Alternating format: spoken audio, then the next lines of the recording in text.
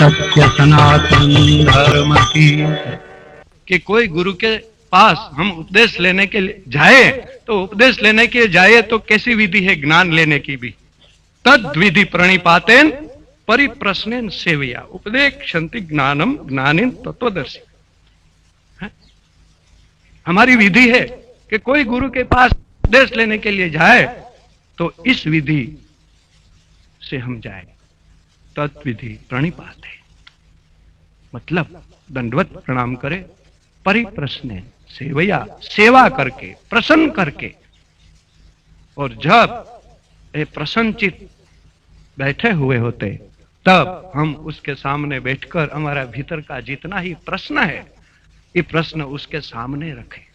जितना ही भीतर का प्रश्न है उसके सामने रखे और हमारी जितना भीतर में प्रश्न और समस्या है, जो ये सगड़ी हमारी समस्या, सगड़ी प्रश्नों का प्रत्युत्तर जो दे सकता है, सब संपूर्ण समाधान कर सकते हैं, हमारी समस्या को मिटा देते हैं, बस वही गुरु होता है। हमारा जीवन में प्रकाश भर दे, हमारा जीवन में ज्ञान भर दे, बस। एवा तत्वदर्शी ज्ञानी हमको उपदेश करता है। मतलब मेरा कहना है कि हमको ऐसी प्रक्रिया में से गुजरना पड़ेगा। शरीर का जो हमको अध्यास हो गया है तो वही अध्यास हमको तोड़ना जरूरी है, तोड़ना जरूरी है। आपके सामने एक स्थिति ऐसी खड़ी आएगी, ऐसी स्थिति खड़े आएगी कि जहां आपको मृत्यु सामने दिखाई पड़ेगा, मृत्यु सामने दिखाई पड़ेगा और जो मृत्यु का द्वार जो आप न खटखटा सके तो संभव है कि आप वापस वहां से लौट आए। अमृत में प्रवेश नहीं होता। जब एक दिन जो आप साधक होके जो साधना कर रहे हैं तो एक घड़ी आपके सामने आएगी, मगर जो पड़कार फेंक देते तो कोई बाधा नहीं, वही आपका दरवाजा खुला कर देता। तो मृत्यु में से हमारे गुजरना पड़ेगा। जीते जी ही शरीर को मारो, मृत्यु कर दो, बाद अमृत में प्रवेश होता है। तो जिस जिस महापुरुषों ने जीते ही जी अध्यास तोड़ दिया, क्योंकि हमारा जो अध्यास है ना, ये क्रिया भी सत्य है, हमारा अध्यास भी सत्य है। तो अध्यास और क्रिया सत्य होने से हमारे अध्यास भी क्रिया से ही तोड़ना पड़ेगा। हाँ, रगड़ पीटी से ही तोड़ना पड़ेगा, उसके बिना टूटेगा नहीं। वेदांत ऐसे नहीं कहते। वेदांत कहते हैं कांटा लग गए चालते मन का, कल्पना का कांटा लग गए, उसी में कोई सही कांटा लेने की कोई आवश्यकता नहीं है, कल्पना से निकाल दो। परंतु बड़ा मुश्किल बात है वही तो।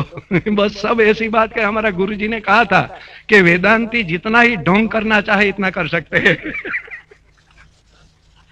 वेदांती जितना ही ढोंग करना चाहे इतना ही ढोंग कर सकते हैं, मगर योगी नहीं कर सकते।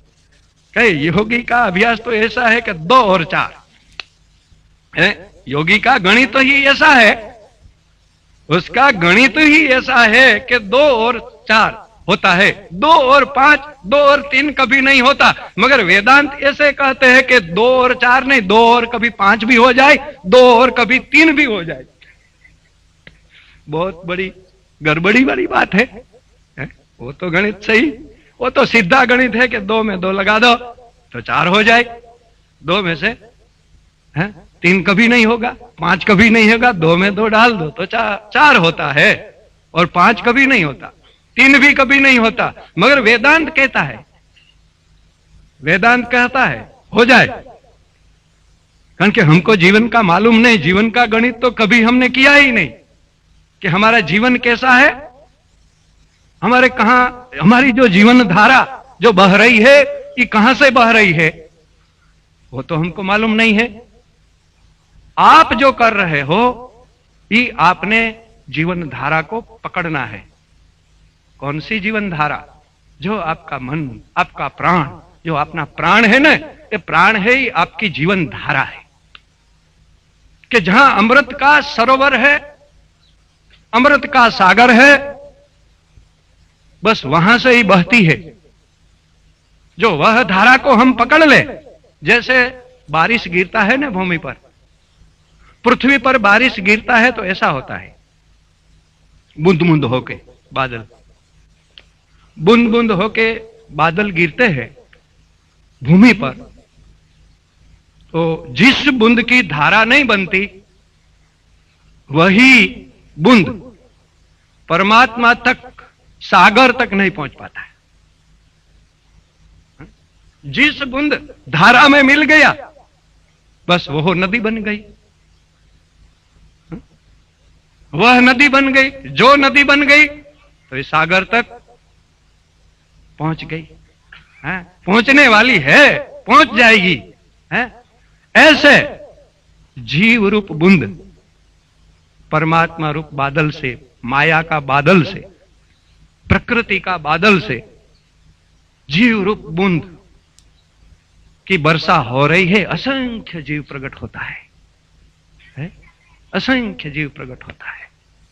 ऐसे तो हमारा शास्त्र कहते हैं, ये शरीर तो है पानी का परपोट, कुछ उसमें हवा भर गई, मेघ बरसता है ना, बारिश, तब बूंद बूंद उपजता है ना, उसी में हवा भर जाती तो फूला फूला दिखाई पड़ता है, और कुछ हवा का झोंका लग गया तो उसी में से हवा निकल गई।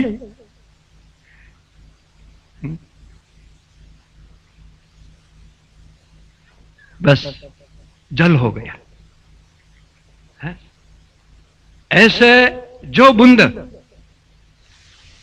नदी का एक प्रवाह नहीं बनता और दूसरी जगह पर जो बूंद गिरता है तो वहां थोड़ा एक खड्डा बन जाता है और तो वहां सड़ जाते हैं, उसकी मृत्यु हो जाती।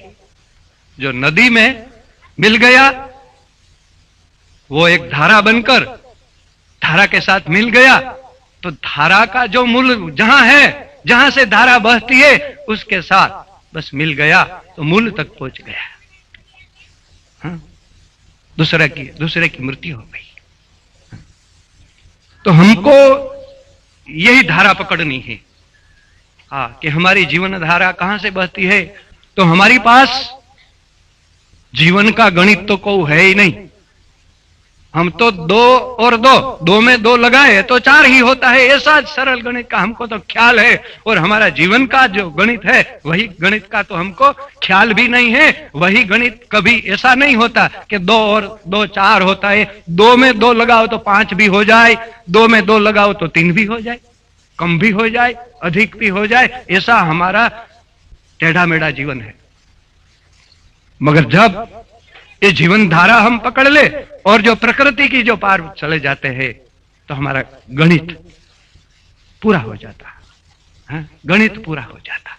इसलिए सब हमारा ऋषि मुनियों ने जे तत्व को कहा है तो उसको शून्य बताया है। बौद्ध भगवान ने पण कहा शून्य है, कुछ भी नहीं। मगर जो बुद्ध का पराजय हुआ तो उसका मतलब वही हो गया कि उसी ने बस कहने में थोड़ी, मैं तो पहले से बात बता रहा हूं कि जो परमात्मा की अनुभूति है, तो जो अनुभूति करने वाला कोई भी महापुरुष परमात्मा के बारे में जो कुछ भी बोलता है तो असत हो जाता है। परमात्मा के बारे में कुछ भी बोलता तो ये असत हो जाता है, जो न बोलता तो मुंड हो जाते हैं, अज्ञानी हो जाते हैं। क्या करे, बड़ी मुश्किल ही बुद्ध ने बोल दिया है, बुद्ध को बोलना ही पड़ा। बुद्ध तो बोलने वाला था ही नहीं, मगर बोलवाया भी हमने। बोलो, कहो, कुछ भी कहो, परमात्मा क्या है, कुछ भी कहो। तब बुद्ध को बोलना पड़ा। तो बुद्ध ने कहा असत, असत, कुछ भी नहीं है, शून्य। बुद्ध का पराजय हुआ, बस वहां हो गया पराजय। जो उसी शब्द बोल गए ना, बौद्ध शब्द वह बोल गया कि असत, कुछ भी नहीं है, बस उसका पराजय हो गया, हमारा भारत में से निकाल दिया। बुद्ध जेवा कोई महापुरुष नहीं है। हाँ, निकाल दिया बुद्ध को हमने, क्योंकि बस बोलने में इतनी भूल आ गई। तो भाई तर्क है वो भी समझ लो, तर्क में परमात्मा है ही नहीं, तर्क भी सीमा है, तर्क भी बुद्धि की मर्यादा में है?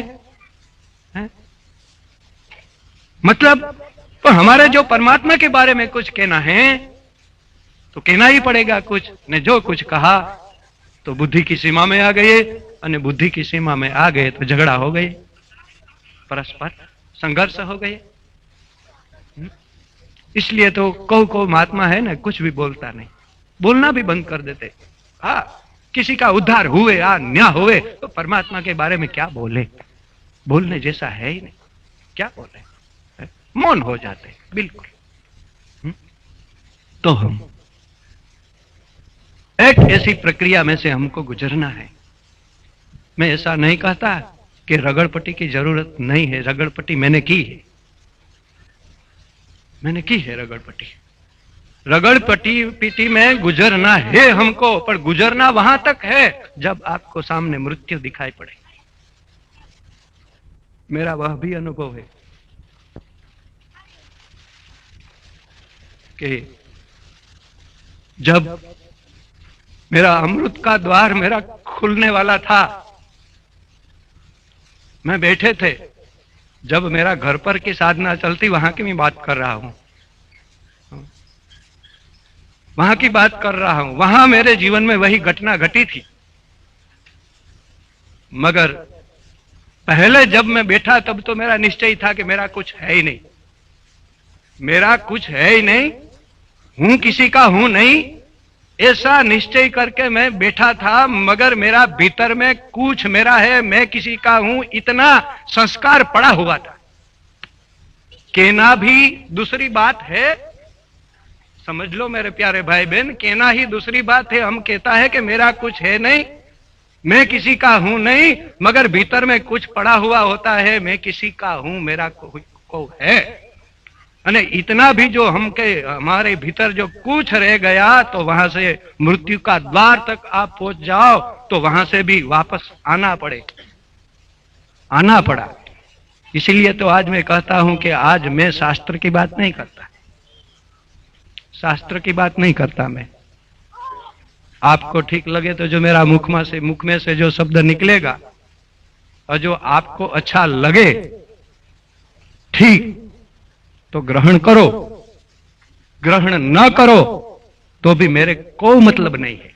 मैं तो बोल दिया, मैंने तो बोल दिया, ग्रहण करो या ग्रहण न करो। मैं तो एक जैसे बारिश गिरता है बरस जाते, हाँ बारिश गिरता बरस जाते। हाँ, किस पैर ने उसी का पोषण ले लिया जमीन में से, और कौन हरा बना ये बारिश देखता ही नहीं।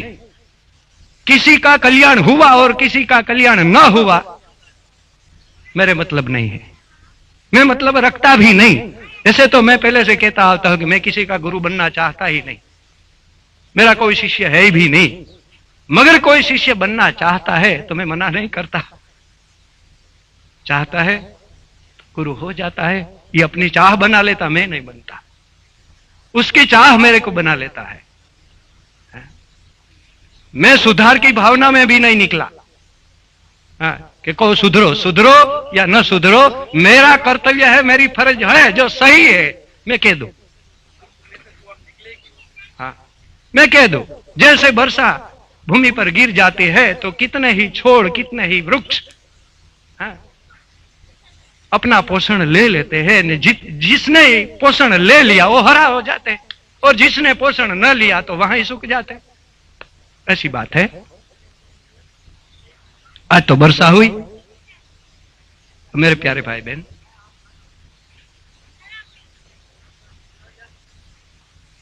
कल का मेरा प्रवचन आपको विरोधाभास लगा, मगर आज मैंने समन्वय किया कि करना जरूरी, मगर एक दिन आपके सामने ऐसी घड़ी उपस्थित होगी, आएगी कि मैं इसे इसलिए मैं बता रहा हूं कि वह घड़ी आपके सामने आए तो वही घड़ी को बधा लो। हाँ? जैसे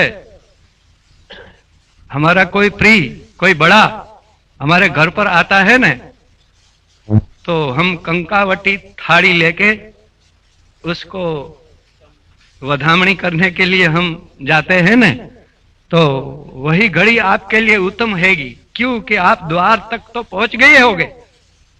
ऐसी घड़ी जब आए तो ऐसी घड़ी आए तो समझ लो कि अमृत का द्वार तक पहुंच गए।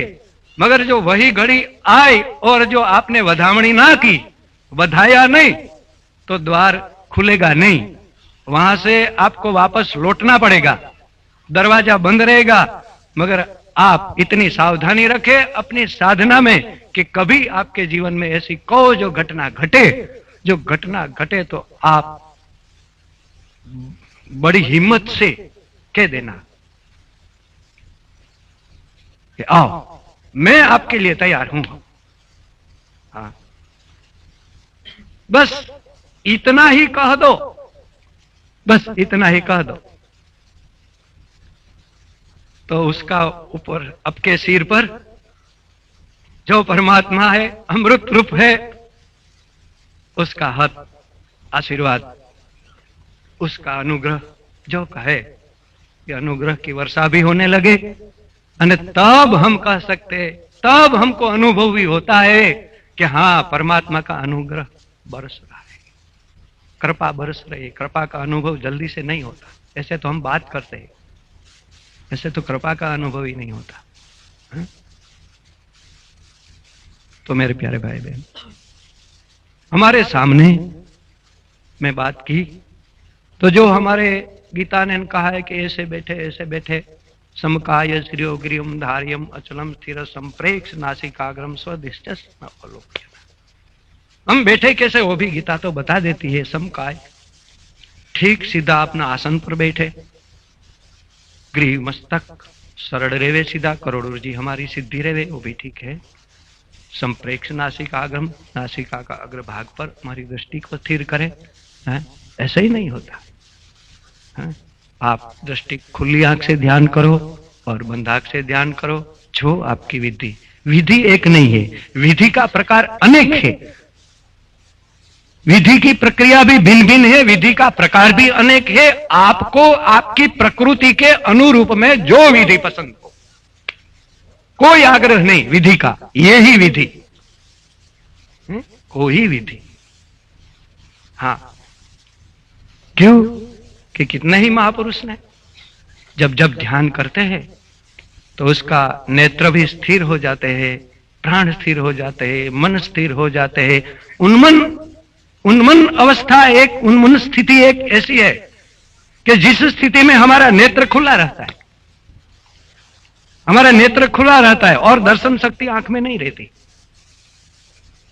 दर्शन शक्ति आंख में नहीं रहती। हमारे सामने ही कितना चित्र गुजर कर चले जाए, हमारी आंख नहीं देखती, हमारी दर्शन शक्ति ऊपर चली जाती है, हमारा दरवाजा ये सब बंद हो जाते हैं, सुन भी नहीं सकते, देख भी नहीं सकते हैं? सब शक्ति ऊपर उठ जाती है। सब शक्ति हमारी ऊपर उठ जाती है तो हमको उन्मन अवस्था प्राप्त कर ली, तो उन्मन अवस्था सिद्धि नहीं, अपना नेत्र खुला रहता है और शक्ति ऊपर जाती है। ऐसे तो परीक्षित राजा भ्रमित हो गए। जहां ऋषि बैठे थे समाधि में, तो उसकी स्थिति भी उन्मुनी थी, आंख खुली रखकर बैठे थे। परीक्षित राजा को भ्रम हो गया, 3 बार कहा मेरे पानी दो, मैं तृषित हूं, पानी दो, जल दो, तृषित हूं, 3 बार कहा। ऋषि ने जवाब न दिया। कौन सुने, कान है नहीं, दर्शन शक्ति है नहीं कान में, आंख में दर्शन शक्ति है नहीं, श्रवण शक्ति है नहीं, कौन सुने है? तो तब परीक्षित को हुआ कि ढोंग तो नहीं किया जाए, ढोंग तो नहीं करता, चलो परीक्षा करें। है? परीक्षा की,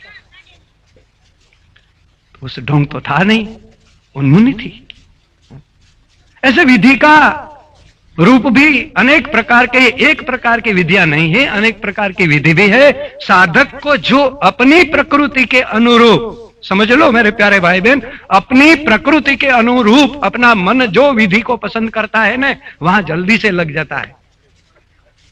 इसलिए तो ऋषि कितनी ही विधि योग दर्शन में बतलाई, विधि बतलाते बतलाते बतला दे, अंत में वह कह दिया कि जो आपको जो विधि अभिमत ध्यानाद्वा, ऐसा सूत्र दिया, अभिमत ध्यानाद्वा। मैं ऋषि का कहना है कि मैंने तो इतनी विधि बतलाई दी, और अगर अपना मन जो वही विधि के जो पसंदगी ना कर सके, तो मैं कहता हूं कि अभिमत ध्यानाद्वा, आपका मन को जो लगे, कुछ ठीक लगे वही विधि पकड़ लो, मगर पकड़ लो,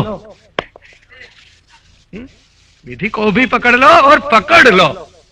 हाँ, कोई पकड़ लो कि जो विधि पकड़ी ही पकड़ी, ऐसी विधि होनी चाहिए कि जो ये विधि अपने परमात्मा तक पहुंचा दे। जैसे मैंने कहा ना कि जो एक नदी बहती है, जो बूंद ये प्रवाह बन गया तो इस सागर तक पहुंच जाएगा। ऐसे जो हमारी जो जीवन धारा, जहां मूल स्रोत हमारा शून्य से जो बहता है, परमात्मा में से जो बहता है जो वही धारा को हमने पकड़ लिया, तो वही विधि, वही धारा, जिस विधि से हमने पकड़ी, वही धारा हमको वहां मूल तक पहुंचा देंगे। जब जगत में कहा, सारा ये संसार में कहां भी साम्य नहीं दिखाता, जहां विषमता, जहां विरोधाभास, वहां संसार। हम भजन कर रहे, कीर्तन कर रहे, परमात्मा का नाम स्मरण कर रहे हैं, वहां जो हमको कहां भी विरोधाभास, जो विरुद्ध भाव जहां दिखाई पड़ता है, वहां परमात्मा है नहीं, वहां संसार है, वहां जगत है, परमात्मा वहां है नहीं। इसलिए आज मैं जो बोलूंगा, वक्तव्य दूंगा, ये समझ लो मेरे प्यारे भाई बहन, आज मैं शास्त्र की बात नहीं करूंगा। आज जो बोलूंगा, मैं कुछ भी कहूंगा, मेरे भीतर में से जो शब्द निकलेंगे, वे शब्द को शास्त्र के रूप में समझ लेना, वही शास्त्र निकलेगा। वाह, शास्त्रों की बात मैं नहीं करूंगा। आपको कदाच ऐसा लगेगा,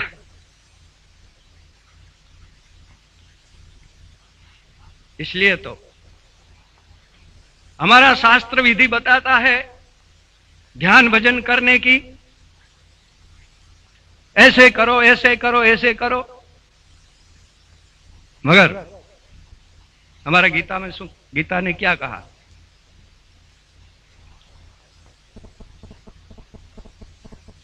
एक योग का सिद्धांत समझ लो। योग जो है, योग दर्शन हमको कहते हैं कि योग का सिद्धांत है सत्कार्यवाद। सत्कार्यवाद का मतलब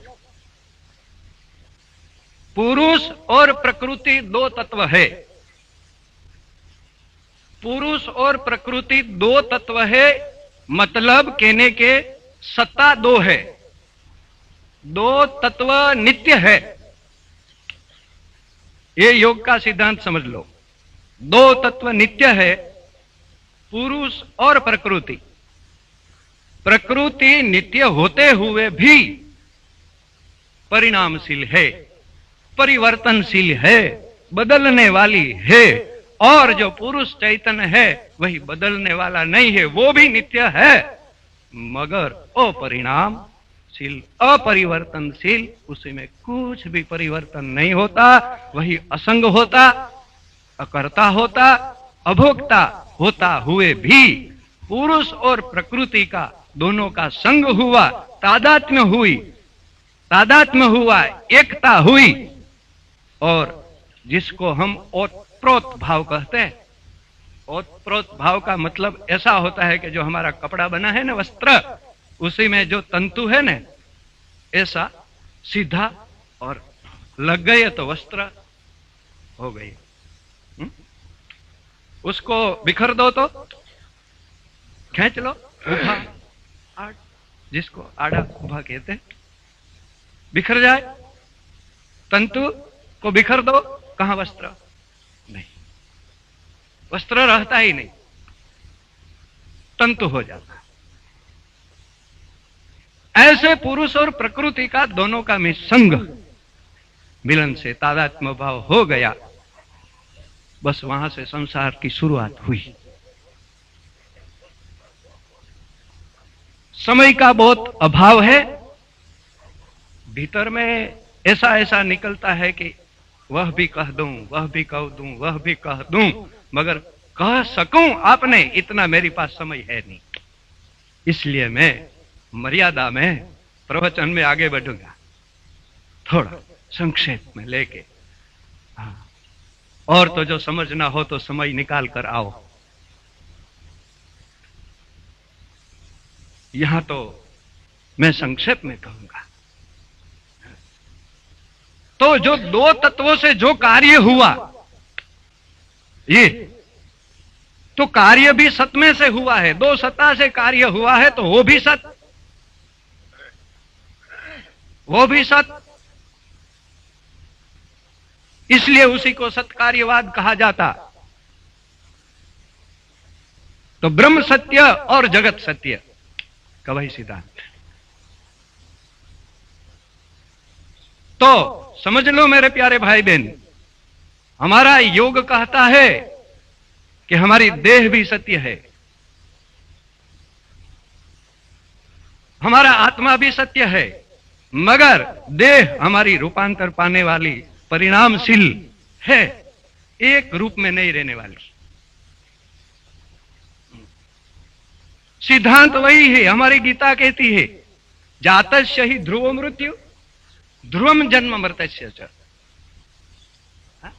अपरिहार्य, જેનો परिहार कभी ना થઈ શકે। ऐसा हमारे सामने दो तत्व में, मैं काल भी आपने किया कि हमारे सामने दो बात है, एक है संसार और दूसरा है परमात्मा। संसार बाहिर है और परमात्मा भीतर है। तो जितना ही परमात्मा हमको निकट है इतना संसार निकट नहीं है। संसार हमसे बहुत दूरी है, परमात्मा हमसे बहुत निकट है, निकटतम, इतना ही निकट है कि बहुत निकट है। मगर जब हम प्रकृति अभिमुख हो जाता है अहंकार के लिए, तो हम परमात्मा से दूर दूर दूर दूर चले जाते हैं और परमात्मा का अनुभव नहीं होता कि परमात्मा क्या चीज है। तो इस बात पर मैं चलूंगा।